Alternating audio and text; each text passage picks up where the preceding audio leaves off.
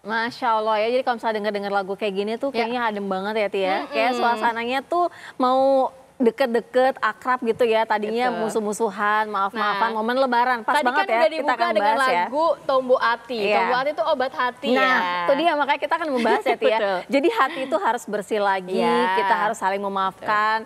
Bagaimana menjaga maaf-maafan itu seterusnya gitu loh. Tetap berjalan ya. Kita hadirkan ya, sudah ada penceramah Ustazah Kotronada. Assalamualaikum Ustazah. Waalaikumsalam warahmatullahi wabarakatuh. Ustazah aja ya. Sama-sama, maaf lahir batin. Selamat berlebaran. Selamat berlebaran.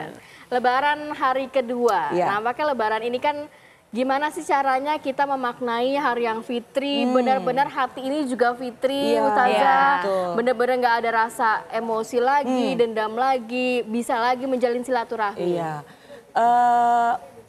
Sebelumnya selamat lebaran ya buat semua ya. Aduh senang banget ya pokoknya hari lebaran itu adalah momentum kita happy semuanya. Happy-nya juga harus dari dalam hati nih gitu ya.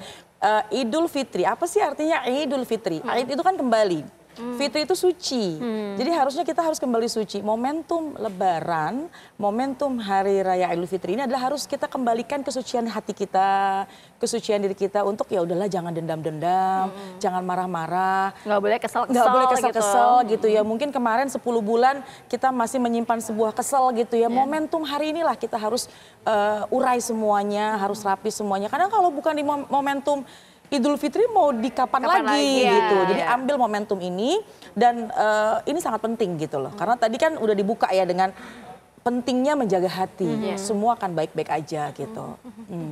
Nah kalau berbicara mengenai pentingnya menjaga hati, sebenarnya apa sih, apakah memang di Islam ini ada hukumnya kita harus menjalin silaturahmi dengan keluarga, dengan sanak saudara, dan kalau misalnya masih ada ego-ego nih, nggak mau buka silaturahmi, masih sebel, itu ada hukumnya di Islam, seperti apa? Sebenarnya lebih kepada kabar gembira sih ya, kalau yang disampaikan oleh baginda Rasulullah SAW itu adalah lebih kepada kabar gembira, bahwa siapa orang yang pengen panjang usianya, berkah rizkinya, ya, kemudian bahagia hidupnya, maka sambung silaturahim.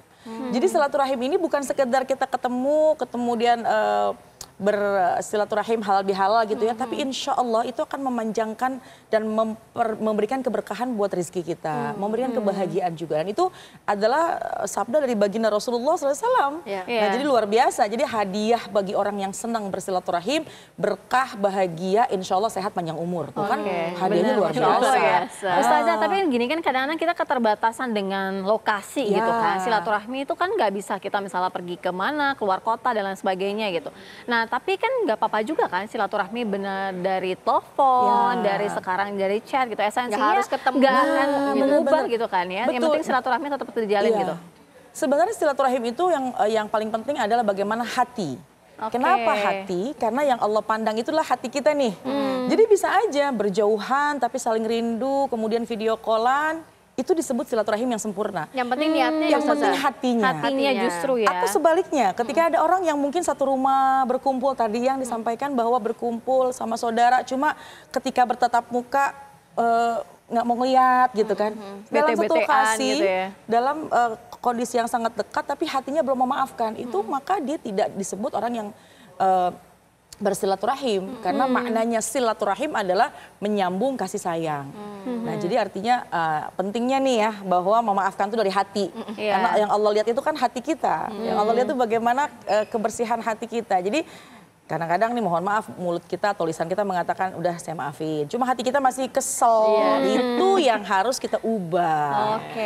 Meskipun berjauhan, pakai video call, itu juga insya Allah akan meningkatkan rasa cinta satu dengan yang lainnya. Nah, Ustazah kalau kita bicara mengenai maaf-maafan, ada kan yang bilang kan kalau misalnya kayak momentum lebaran kita saling memaafkan. Tapi ada juga kalau misalnya dalam kehidupan sehari-hari berantem jangan lebih dari 3 hari, nggak boleh loh. Itu sebenarnya gimana sih esensinya juga? Nah, kalau ditanya tentang 3 hari gimana, ini ada dalam hadis baginda Rasulullah SAW, la yahillu li muslimin ayyahjuru akhahu fawqa 3 layalin. Nggak boleh ya, tidak halal, haram, berdosa orang yang seseorang yang mendiamkan orang lain lebih dari 3 hari. Jadi itu Nabi yang bersabda bahwa haram, dosa, nggak boleh ya mendiamkan orang lain lebih dari 3 hari. Artinya ini kalau sudah ada peringatan seperti ini harus warning buat diri kita gitu. Ya cuma gimana Ustazah, kadang-kadang kan sakit hati gitu ya, ada kecewa di hati, namanya manusia. Nah itu batasannya tuh paling nggak tuh 3 hari itu gitu.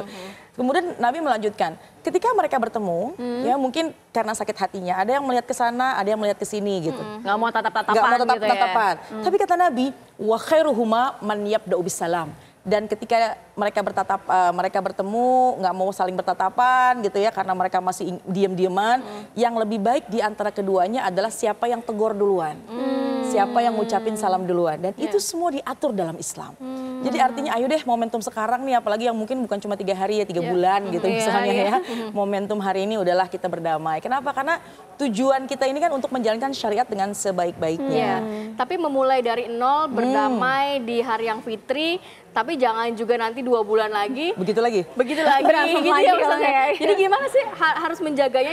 Memang ini mulainya nih, ini startnya. Kita kan tadi Idul Fitri kembali ke Fitri begitu ya. Tapi juga kita tetap, ya nanti bulan-bulan ke depan juga kita tetap harus bisa menjalin silaturahmi juga. Kita juga tetap harus menjaga emosi dan lain-lain. Ya manusia sih ya, terkadang ketika kita sudah sekarang lagi enjoy, lagi happy, saling memaafkan, mungkin di kemudian hari dengan saudara kah, dengan teman kah, mungkin ada ketersinggungan ucapan, itu mungkin karena kita makhluk sosial ya, pasti kan ketika komunikasi itu ada aja yang menyinggung, lalu bagaimana sih caranya? Mulailah dari diri kita sendiri.